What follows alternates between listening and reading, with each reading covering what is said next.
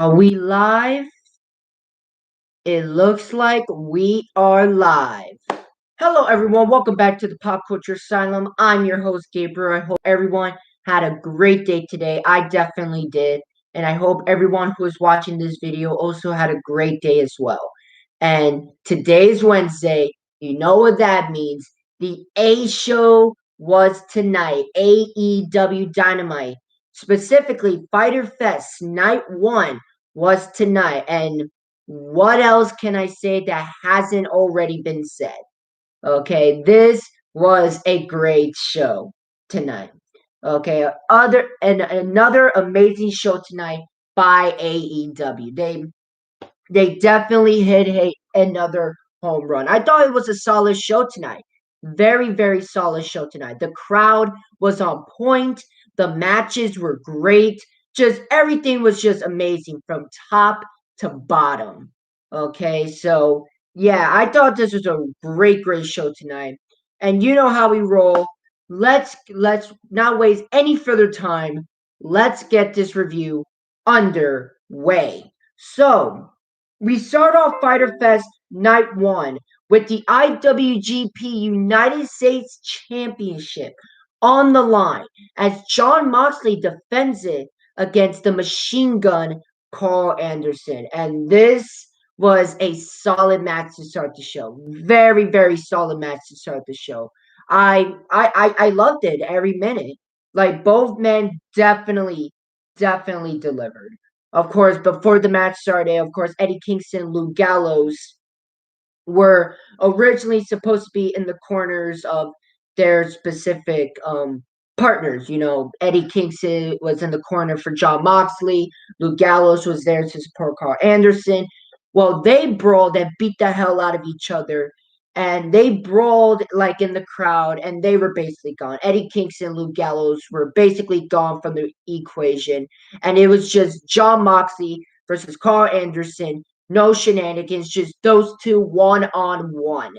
And again, I thought this was a very solid match. And I'm telling you, man, a lot of you people in the IW sleep are sleeping on Carl Anderson. Carl Anderson is very underrated.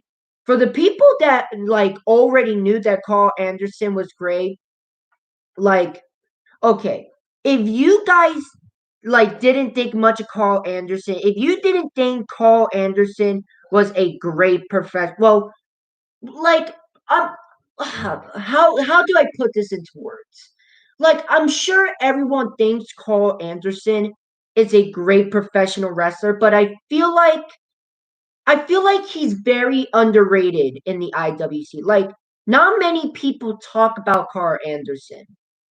Like people don't think of Carl Anderson as like in the caliber of like an Omega or a Jericho or an Okada. But like he's a great wrestler. Like Carl Anderson is a great wrestler. And he shut some of the doubters up tonight. Carl Anderson just proved to all the people that just don't know what he can do tonight. And yeah, I feel like I'm kind of oh my god. I'm very tired. I'm very sorry. But yeah, Carl Anderson put up a great performance tonight. And definitely proved to the wrestling world that he can go. He can go on his own. Definitely. He can go on his own and hold his own. Okay, but great solid match. Jon Moxley retains the IWGP United States Championship against Carl Anderson. So awesome matchup to start off the show. Definitely deliver in my opinion. So after that, we get a promo of Lance Archer. So this was pretty random and out of nowhere. So Lance Archer is talking, Jake Roberts, and Lance Archer out of nowhere wants to face Jon Moxley for the IWGP United States Championship in a Texas death match next week at Fyter Fest Night 2. And of course, Jon Moxley would do a promo later on in the show. And of course, Jon Moxley accepted the matchup. So it looks like we're going to get Jon Moxley versus Lance Archer for the IWGP United States Championship in a Texas death match. And the funny thing about it is, this is not the first time they did this together. Okay, they did a Texas death match for the IWGP United States Championship in New Japan Pro Wrestling in the I think 2 Wrestle Kingdoms ago. So the fact that they're doing it again, I'm not complaining. It may be random and out of nowhere, but hey, I'm not complaining. Jon Moxley versus Lance Archer in a Texas death match? I'm going to definitely enjoy that. I definitely enjoyed the last time when they faced each other in the same stipulation back in Wrestle Kingdom in New Japan Pro Wrestling. I think they're going to deliver the same thing next week.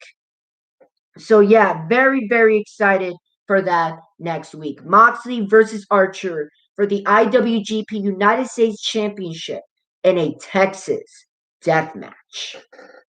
So after that, we get an interview from Andrade El Idolo.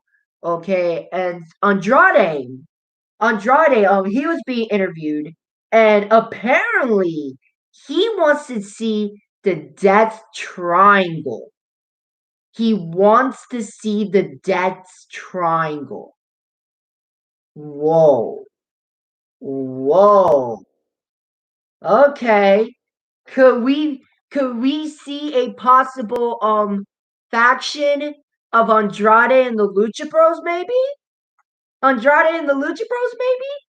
Maybe do a little rivalry between Pac and Andrade? Bro, that is very interesting. That is very, very interesting. Why Andrade wants to see the Lucha Bros and just Death Triangle in general remains to be seen, but that is very, very interesting and exciting. Like, just imagine Andrade and the Lucha Bros, bro. That would be a great, great faction, and have like a little rivalry, a branch from that between Andrade and Pac. I think that would be great. That would be amazing. But again, it remains to be seen. We all don't know why Andrade wants to really see Death Triangle, but whatever it is, it's very, very interesting, and I cannot wait what AEW does with this. Very, very exciting stuff. Awesome interview by Andrade El Idolo.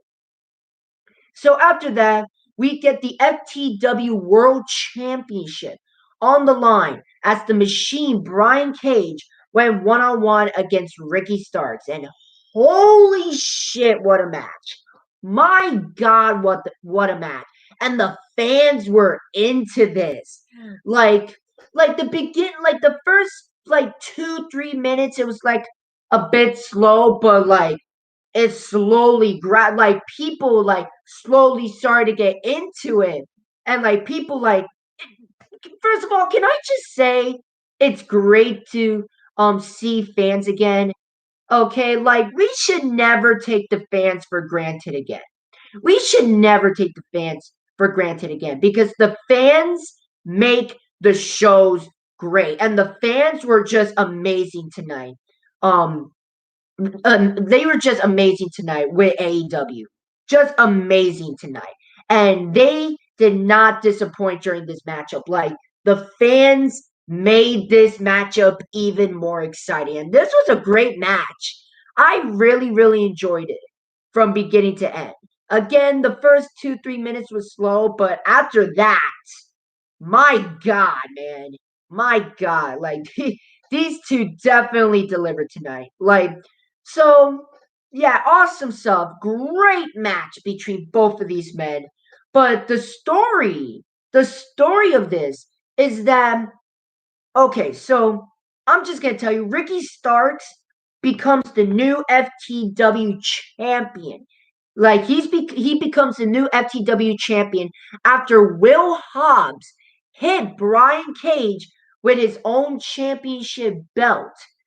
So Team Taz cost Brian Cage the matchup, officially kicking out Brian Cage from Team Taz. And honestly, awesome for Brian Cage. Awesome, awesome, awesome. Again, if you guys have seen my AEW Dynamite reviews, you know how I feel about Team Taz. Like, don't get me wrong, Team Taz is cool, but they have run its course. They really have run its course. And it's about time that either Brian Cage or Ricky Starks or both men get singles runs on their own in AEW. And it looks like Brian Cage is officially kicked out of Team Taz, so he can finally have his singles run in AEW. Definitely, definitely excited, and I can't wait. I can't wait to see how AEW ends this rivalry between Brian Cage and Team Taz in general. Who knows? We might see Brian Cage versus Will Hobbs at All Out, maybe. I think that'd be a great match between both of those big men, between Brian Cage and Will Hobbs. I think that would be a great match. Like book it.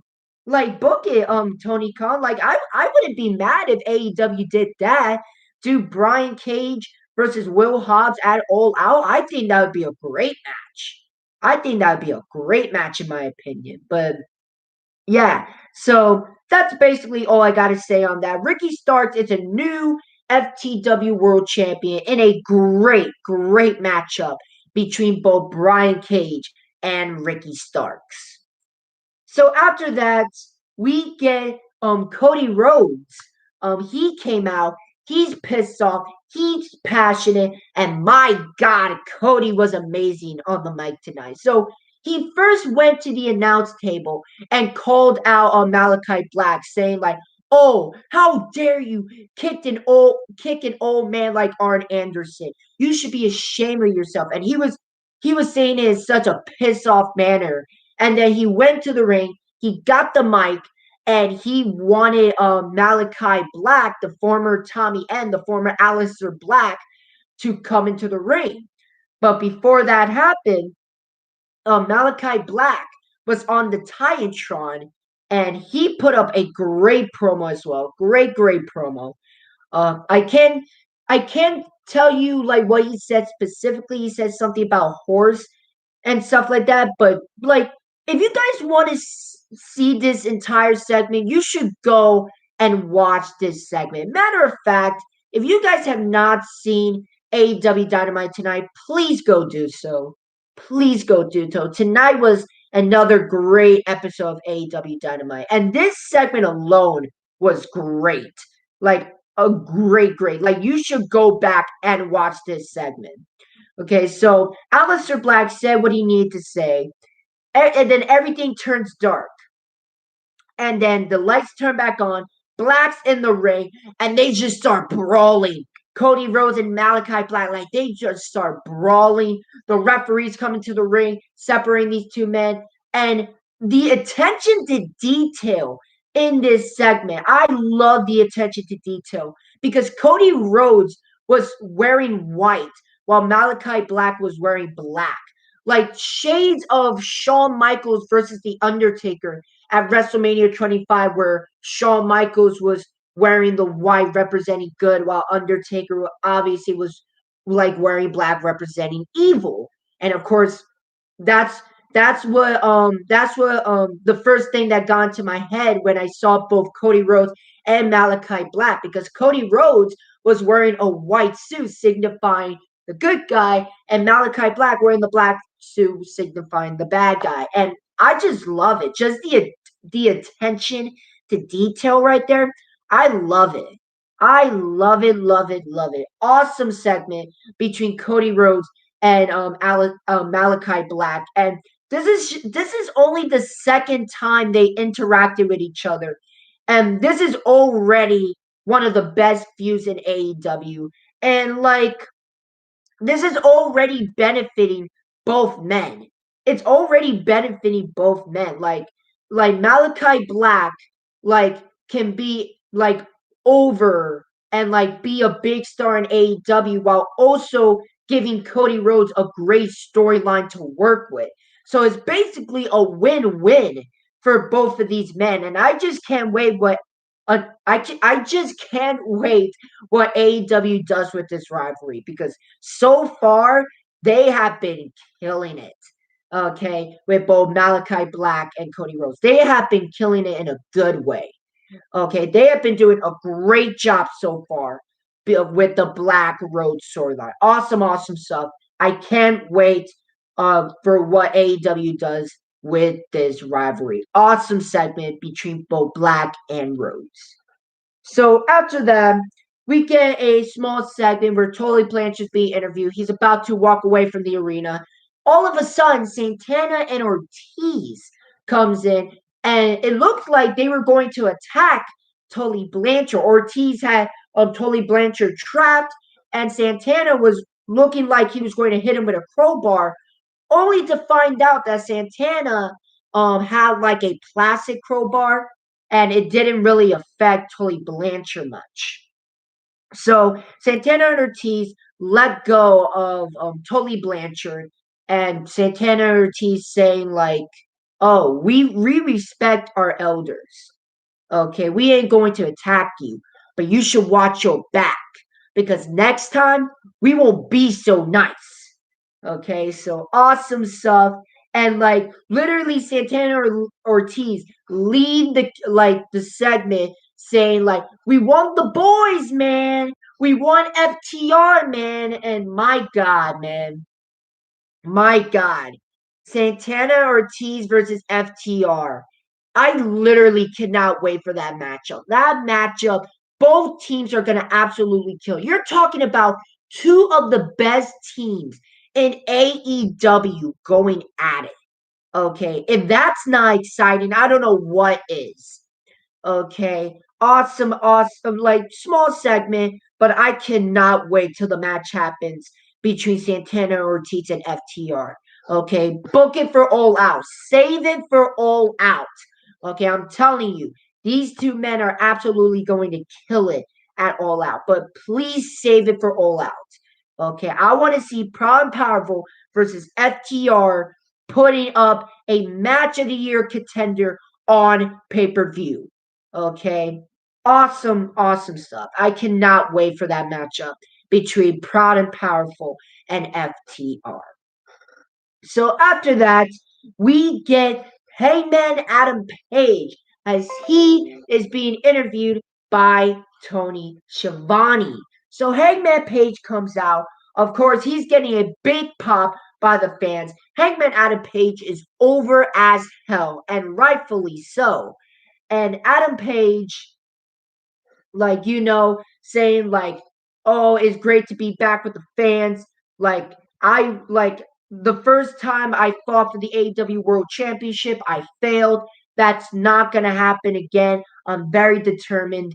All of a sudden, the Bullet Club comes out. The Elite, the Bullet Club, Kenny Omega, the Young Bucks, Luke Gallows, and Don Callis comes out, and like they're surrounding the ring, and like they're just talking crap to Hangman Adam Page, and I just love it. Like Hangman Adam Page, former friends are talking crap to Hangman Adam Page. I just really really love that, and it looks like the Bullet Club was going to attack Hangman Adam Page until the Dark Order came for the save.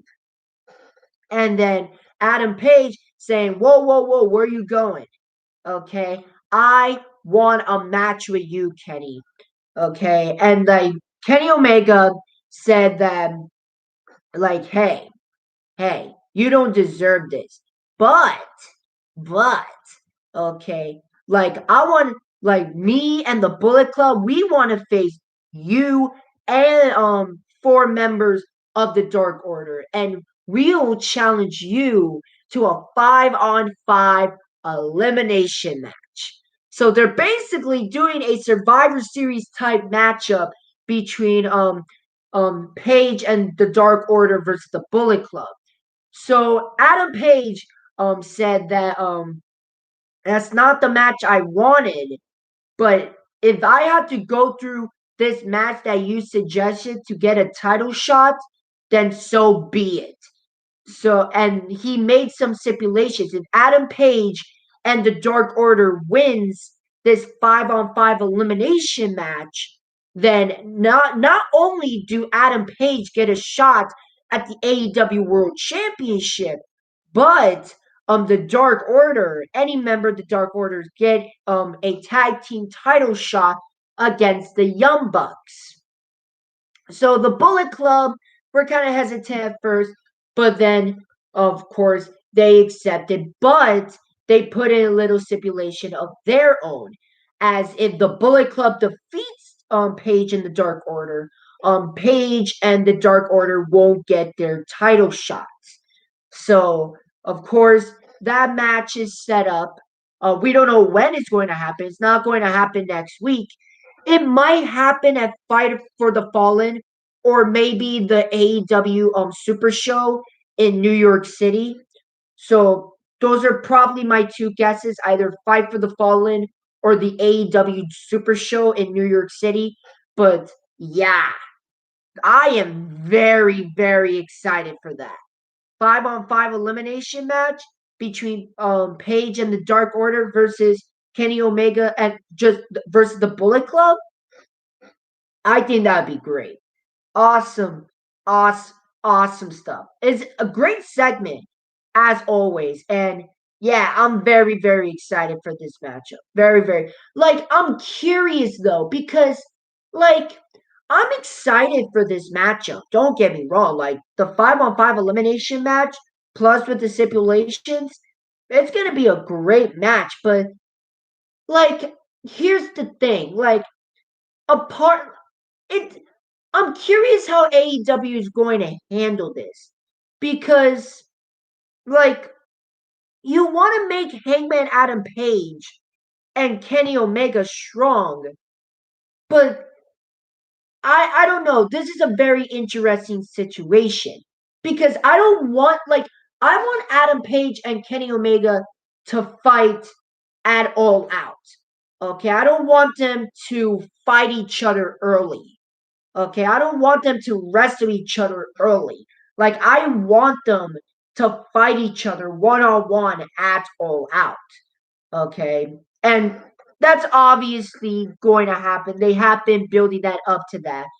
But, like, I don't want them to wrestle until all out. You know what I mean? So I'm curious how they do this because it's not like a regular 5-on-5 matchup. This is a 5-on-5 elimination matchup. So, like, Hangman Adam Page and Kenny Omega are destined to fight each other in this matchup. Like, a part of me is like is telling me that Adam Page and the Dark Order are going to win this matchup, but is Kenny Omega going to take the pin? Is Kenny Omega going to leave and like take a count out loss? Like, I'm curious how AEW would handle this. Like, you know what I mean? But I'm so excited for the matchup. I really, really do. I'm just curious on how they going to handle this matchup because again, I don't want Kenny Omega and Adam Page to fight each other before All Out. Okay, I want this matchup to be saved until All Out. Like, so like I'm curious on how AEW is going to handle this 5-on-5 elimination matchup. But despite my concerns, I'm still very excited for this matchup. Again, I don't know when this matchup is going to happen. Again, this might happen at Fight for the Fallen. This might happen, or they might save it for the AEW Super Show in New York City.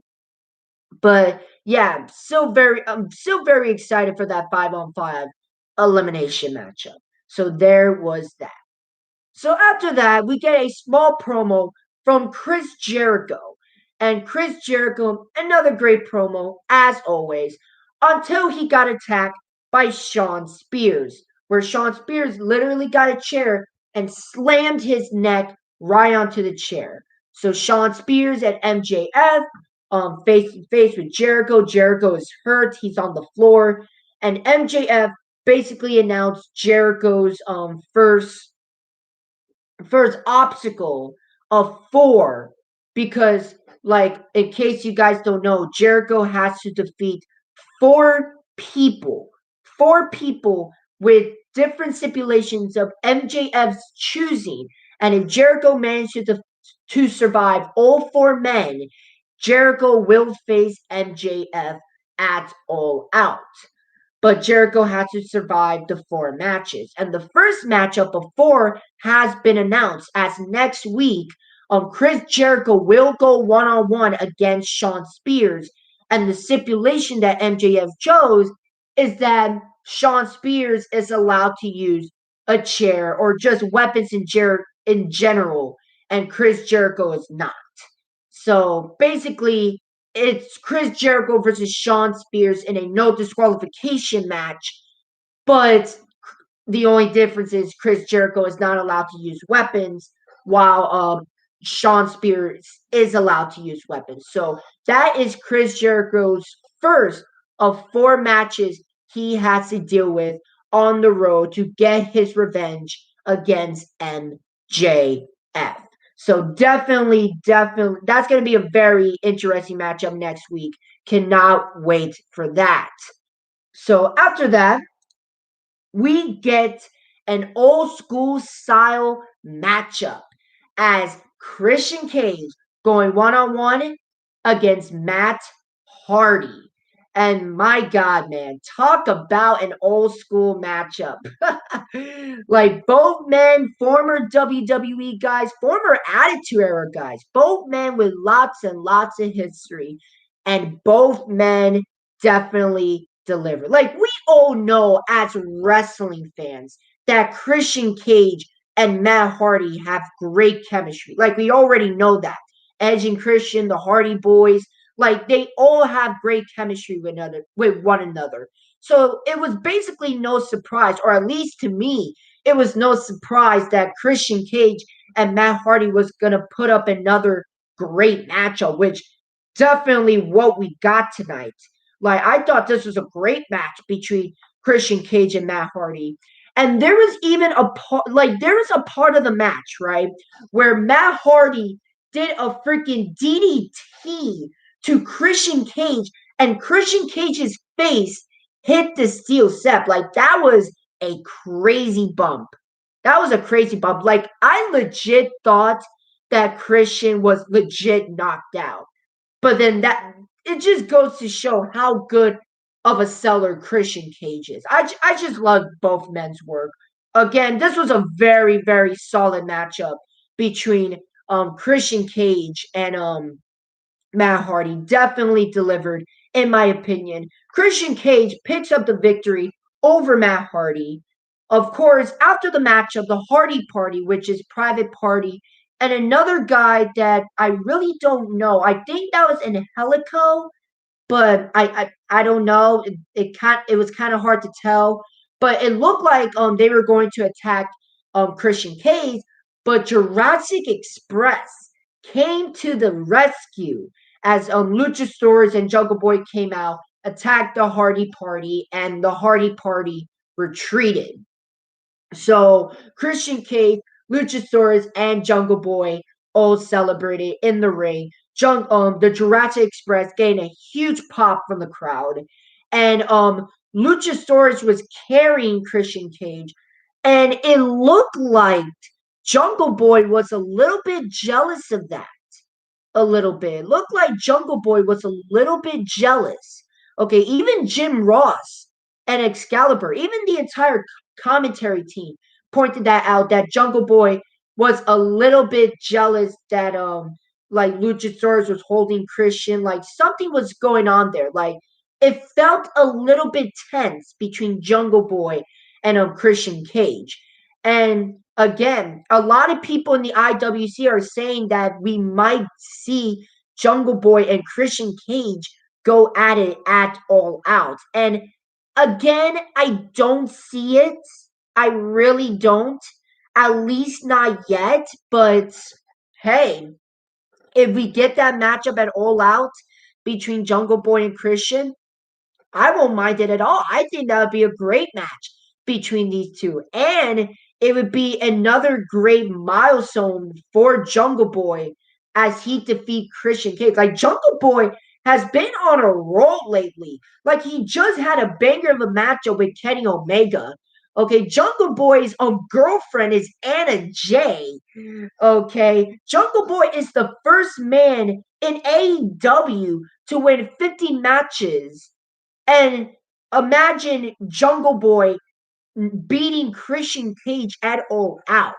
Talk about being on a freaking roll. Okay, like Jungle Boy has a lot of momentum behind him, and a win against Christian Cage would be very big for Jungle Boy, very very big. But like, yeah, like I don't see like the matchup could happen at All Out between Jungle Boy and Christian Cage. I don't see it. I still think it's very unlikely. But if it happens, I won't complain. I think that would be a great match. And again, I think that would benefit Jungle Boy. Like he's already on a freaking roll. Just a win over Christian Cage. I think that would be great for Jungle Boy. You kidding? Like you would think Jungle Boy is already on a damn roll. Like a win against Christian Cage? Hell yeah. Hell yeah. Good for Jungle Boy. But yeah, very solid matchup between Christian Cage and Matt Hardy. So after that, we get a small vignette of Miro, the champion, the TNT champion. And again, great promo as always. Miro is just amazing. He's just freaking amazing. And it looks like the new TNT championship has a new design. Like it's no longer red with like a black background. Like now the TNT championship has a white strap with like a green background. And I actually kind of like it. I actually dig this design. Like the white championship belt. I really dig this design. I love it. Like it kind of reminds me of the white intercontinental championship belt. Like the championship looks beautiful. Like looks very like this is my personally in my opinion my favorite version of the TNT championship so far. I just like it looks so like prestigious, you know what I mean? Like it looks so beautiful. Like it gives me some white intercontinental WWE Intercontinental Championship vibes, which is really good. Like the championship looks great. Like awesome. I love the design. Personally, in my opinion, I love the design of the new TNT championship. But yeah, that's basically all for Miro's vignette. Just another great promo by the great man himself, Miro. After that, we get Britt Baker, and my gosh, she has been dominating with her freaking promos. My God, man. My God, Britt Baker is insane with her promo. Like she has been going crazy with these promos, and I love every second of it. Like shit, Britt Baker literally said to Vicky Guerrero, "You are lucky you have a last name that like makes you relevant." Hold on, I need to show you the exact words. I need to show you the exact words. Hold on. Let me see if I can find it. Let me see if I can find it. I'm gonna go to Twitter real quick. Like, like, my God, man, Britt Baker has been insane on the mic. Let me see if I can try to find it real quick. Hold on. I'm pretty sure I like the tweet for it. Right here. So here's what Britt Baker said. You have a last name that will forever keep you relevant in professional wrestling. That's what she said to Vicky Guerrero. My God. My God, man. Britt Baker. Like, when it comes to mic promos alone right now, Britt Baker is fucking incredible.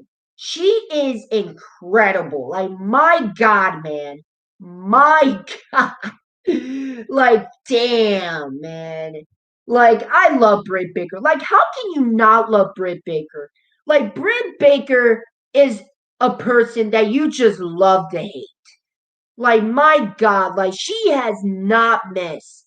She has not missed at all with these promos lately. Love it, love it, love it. So Britt Baker is promoting her matchup against Nyla Rose next week for the AEW Women's Championship. And again, Britt Baker is just incredible on the mic. She is just incredible on the mic. So yeah, that's basically all I gotta say. So yeah, Britt Baker, another amazing promo by her. So after that, again, we got a small promo of Jon Moxley. Of course, it's basically a promo of him accepting of Lance Archer's challenge, and it's official for next week. So we're gonna get Jon Moxley versus Lance Archer in a Texas Death Match for the IWGP United States Championship in a sequel because we already seen these two men in a Texas Death Match for the title in New Japan Pro Wrestling. Now we're gonna get it again in AEW next week. And as a fan of hardcore wrestling, I am excited. Okay, and like we already know that like these two men can put up a great Texas death match. If you guys don't believe me, go watch their New Japan Pro Wrestling Texas death match for the IWGP US title when they did in New Japan Pro Wrestling. That matchup was great.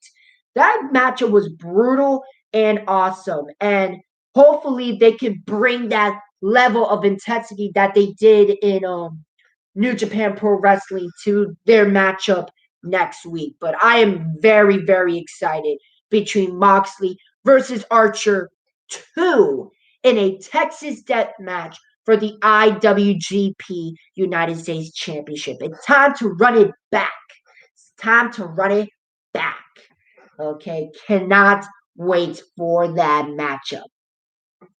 After that, we get Sammy Guevara going one-on-one against Wheeler Yuta, who is a protege of both Chucky T, Chuck Taylor, and Orange Cassidy. So apparently, the best friends are basically they're mentors of this new kid, Wheeler Yuta. Like they have been training this guy, and my God, this was this was a short match between Guevara and Yuta, but my God, in a short span, like these two men absolutely killed it. Like I enjoyed this match. Like I think this matchup was like 3 to 4 minutes. But my God, did they deliver in those 3 to 4 minutes? Like both men, like I was impressed with Wheeler Yuta. Like it was obvious that Sammy Guevara was going to win this matchup, but my God, Wheeler Yuta, I'm actually very impressed with the guy. I'm very, very impressed. Hopefully, I can see more of this guy in the future because I'm actually very impressed. This matchup actually gave me some WCW cruiserweight vibes.